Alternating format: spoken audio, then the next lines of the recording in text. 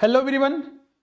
Finally जो है कल सुप्रीम कोर्ट के द्वारा निर्णय दे दिया गया कि झारखंड में जो सहायक आचार्य पद पर नियुक्ति होगी उसमें सिर्फ और सिर्फ जेटेट पास अभ्यर्थी ही पात्र होंगे। सीटेट वाले को इसमें वैलिड या फिर उनको पात्र नहीं माना गया है। अब फाइनली बहुत सारे छात्रों के मन में यह डाउट है कि अब क्या होगा आगे। कल हमने विस्तार से इस पर वीडियो भी बनाया था। अभी देखिएगा तो बहुत सारे छात्रों के मन में अब ये प्रश्न है, क्या सर सीटेट जो है इनवैलिड हो गया, सीटेट अब क्या मान्य नहीं रहेगा? इसके अलावा दूसरे राज्य में क्या स्थिति होगी, क्या ये लागू हुआ है तो सिर्फ झारखंड के लिए या फिर पूरे देश भर में ये लागू हो गया? इसके अलावा अगर फाइनली सुप्रीम कोर्ट का निर्णय आ गया तो फाइनली इसका रिजल्ट जो है, जो सहायक आचार्य, चूंकि आपको पता होगा जो सहायक आचार्य के लिए करीब जो है 26,001 पदों पर बहाली निकाली गई थी, क्या उस पर बहुत सारे अभ्यर्थी तो बोल रहे हैं सर उस पर लागू नहीं होगा, आने वाले दिनों के लिए लागू होगा।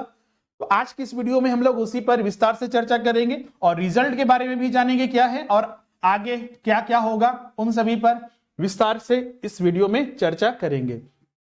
सबसे पहला इसका जो मेन पॉइंट है आपका कि इसमें सिर्फ जो जेटेट पास अभ्यर्थी है वही एप्लीकेबल होंगे। मतलब कि जब रिजल्ट निकाला जाएगा सिर्फ और सिर्फ जेटेट पास अभ्यर्थियों के आधार पर ही फाइनल रिजल्ट जारी किया जाएगा। मतलब कि जो फॉर्म भरे गए थे सीटेट और जेटेट पास दोनों अभ्यर्थियों को, आपको पता होगा कि इसमें सीटेट पास उन्हीं छात्रों को मौका दिया गया था जो झारखंड के स्थानीय थे या फिर दूसरे राज्य के जो टेट पास हैं झारखंड के स्थानीय, उन्हीं को मौका दिया गया था। अब फाइनली जो इसका रिजल्ट आएगा सिर्फ और सिर्फ जो है जेटेट पास अभ्यर्थियों के आधार पर जो है जारी किया जाएगा। अब इसमें सवाल उठता है कि सर कि सीटेट तो यहां पर मान्य नहीं दिया गया, तो इसका मतलब क्या है, इसका क्या असर होगा?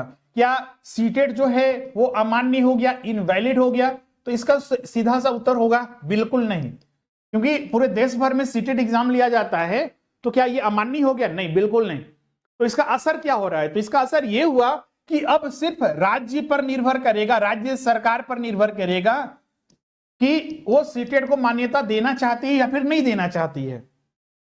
सुप्रीम कोर्ट में जो ये निर्णय लिया गया कि सीटेट को मान्य नहीं दिया जाएगा, उसके पीछे जो तर्क बताए गए बहुत सारी चीजें, जैसे कि पहला पॉइंट ये बताया गया कि स्थानीय भाषा की जानकारी नहीं होना, क्योंकि अगर मान लीजिए जो सीटेट अभ्यर्थी देंगे वो सेंट्रल लेवल पर एग्जाम होता है और उसमें सिर्फ हिंदी और अंग्रेजी भाषा का ही ज्ञान के आधार पर भाषा का एग्जाम लिया जाता है। लेकिन यहां पर देखिएगा तो झारखंड में बहुत सारी स्थानीय और जनजातीय भाषा है जिसका ज्ञान न होना एक सबसे बड़ा कारण बना, जिसकी वजह से सुप्रीम कोर्ट ने जेटेट के पक्ष में जो है निर्णय लिया। पहला चीज था। इसके अलावा विज्ञापन में बहुत सारे बदलाव किए गए। न्यूनतम अर्थमा में जो भी आप मिनिमम क्वालिफिकेशन था उसमें भी छेड़छाड़ करके उसको आधार बनाया गया था। तो बहुत सारी चीजें थी जिसके आधार पर जो है फाइनली जो है आपका जेटेट अभ्यर्थी को ही पात्र माना गया। अब यहां पर देखिएगा तो सुप्रीम कोर्ट ने यह नहीं बोला है कि किसी एग्जाम के लिए जो है सीटेट को मान्य नहीं होगा। बिल्कुल, ये बहुत सारे छात्र इसी चीज को सोच रहे हैं, वो बिल्कुल गलत है। सीटेट एग्जाम होते रहेगा और जिस राज्य पर निर्भर करेगा कि वो उसे मान्यता देती है या नहीं देती है। जैसे बिहार में भी लागू है, यूपी में लागू है, तो वो लागू रहेगा ही, दूसरे राज्य पर इसका असर नहीं पड़ेगा। हाँ, कल के दिन में अगर बिहार सरकार या फिर यूपी के सरकार कल बोल देती है कि नहीं, अब जो यूपी टेट या बिहार टेट पास होगा सिर्फ उसी को हम अपने जो प्राथमिक विद्यालयों में पढ़ाने का मौका देंगे, सीटेट वाले को मौका नहीं देंगे, तो वो भी बिल्कुल सही हो जाएगा, जैसे कि झारखंड में हो गया। झारखंड सरकार अगर कल बोल देती है या फिर नियमावली बन जाती है कि नहीं सीटेट पास अभ्यर्थियों को भी मौका देंगे, तो बिल्कुल वो मान्य रहेगा। क्लियर है? और अब बहुत सारे छात्र, क्या ये जो 26,000 जो वैकेंसी निकली है क्या उसमें लागू होगा या नहीं होगा? उसी के लिए तो ये मामला चल रहा था, कि इसमें उनको कैसे मतलब कि मान्य दे दिया गया हाईकोर्ट के द्वारा, तो बिल्कुल इस पर ही लागू होगा। और आने वाले विभिन्न परीक्षाओं में अगर झारखंड सरकार नियमावली में अगर बदलाव नहीं करती है, सिर्फ जेटेट पास अभ्यर्थियों को ही मौका देती है, तो उन्हीं पर यह लागू होगा। क्लियर यहां तक? इसके अलावा अब यहां पर आगे क्या होगा? बहुत सारे छात्र अब रिजल्ट की, जैसे कि अब ये 26,000 जो वैकेंसी है, 26,000 का जो एग्जाम लिया गया, इसमें बहुत सारे छात्र ने एग्जाम दिया था। सीटेट पास अभ्यर्थी भी एग्जाम दिए और जेटेट पास अभ्यर्थी भी एग्जाम दिए। तो सीटेट वाले तो यहीं पर खत्म हो गए, मतलब कि सीटेट वाले को अब यहां पर रिजल्ट में शामिल नहीं किया जाएगा, सिर्फ जेटेट पास अभ्यर्थियों का ही रिजल्ट निकाला जाएगा। अब इसमें भी बहुत सारे छात्र कंफ्यूज हैं, जो रिजल्ट आएगा किस आधार पर आएगा? तो रिजल्ट जो आएगा अपना कट ऑफ तय होगा, जो आपका पेपर जैसे 1 to 5 में है, तो 1 to 5 में पेपर 2 और पेपर 3 के आधार पर फाइनल मेरिट लिस्ट बनेगा। पेपर 1 क्वालिफाइंग है। 6 to 8 में आपका 4 पेपर है, जिसमें पेपर 2, 3 और 4 के आधार पर फाइनल मेरिट लिस्ट बनेगा, कट ऑफ तैयार होगा और उसके बाद जो है फाइनल रिजल्ट जारी किया जाएगा। इसके अलावा पेपर 1 जो इसमें होता है क्वालिफाइंग होता है। क्लियर है? अब यहां पर देखिए जो ये न्यूज़पेपर है उसके में भी ये चीजें बताई गई है कि रिजल्ट के रिगार्डिंग अब आगे क्या होगा। अब तक हुए सभी इंटरव्यू वगैरह तो होता ही नहीं है, और परीक्षा प्रक्रिया को जेटेड पास अभ्यर्थी के आधार पर ही आगे बढ़ाया जाएगा। मतलब कि जो जेटेड के आधार पर फॉर्म भरे थे सिर्फ उन्हीं का आगे प्रोसेस होगा।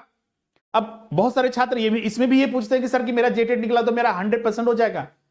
ये तो रिजल्ट आएगा तब नहीं पता चलेगा कि कट ऑफ कितना गया और कट ऑफ से ज्यादा मार्क्स है आपका या फिर कम मार्क्स है। क्लियर है? दूसरा पॉइंट यहां पर यह होगा कि सीटेट या अन्य टीईटी पास उम्मीदवारों के लिए यह निर्णय बड़ा झटका है, क्योंकि वे अब इस भर्ती में शामिल नहीं हो सकेंगे। क्लियर है? तो अब आगे क्या मौका है?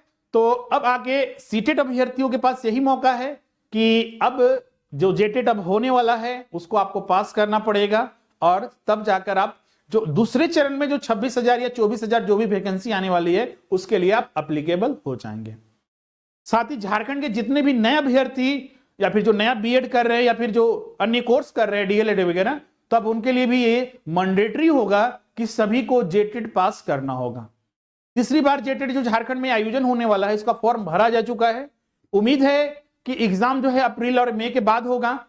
बहुत सारे छात्र पूछ रहे सर कि इसका फिर से पोर्टल तो ओपन होना चाहिए। बिल्कुल, इतना अब जो ये चीजें घटनाएं घट रही उसके आधार पर ये बिल्कुल निश्चित होने वाला है कि फिर से जेटेड का फॉर्म का पोर्टल ओपन किया जाएगा, ताकि बहुत सारे छात्र जो नहीं भर पाए तो उसे फॉर्म वो भर सकेंगे। तो आप निश्चित रहिए, इसमें बहुत सारे छात्रों को जो है नए जेटेड के लिए मौका दिया जाएगा। और जैसे ही जेटेड, कुछ दिन पहले ही शिक्षा मंत्री ने भी अनाउंस किया था कि जैसे ही नए जेटेड का आयोजन होगा उसके बाद जो है दूसरे चरण, क्योंकि इसमें ध्यान रखिएगा जो 26,000 एक पद निकाले गए थे इसमें टोटल जो था करीब 50,000 से ज्यादा पद था, और उसमें निर्णय लिया गया था कि पहले चरण में जो पहले से जेटेड पास है उनको हम, सरकार तो कभी भी सीटेड को आधार बनाई ही नहीं थी, क्योंकि वो शुरू से बोलती आ रही कि हम सिर्फ जेटेड पास अभ्यर्थी को ही प्राथमिक विद्यालयों में मौका देंगे।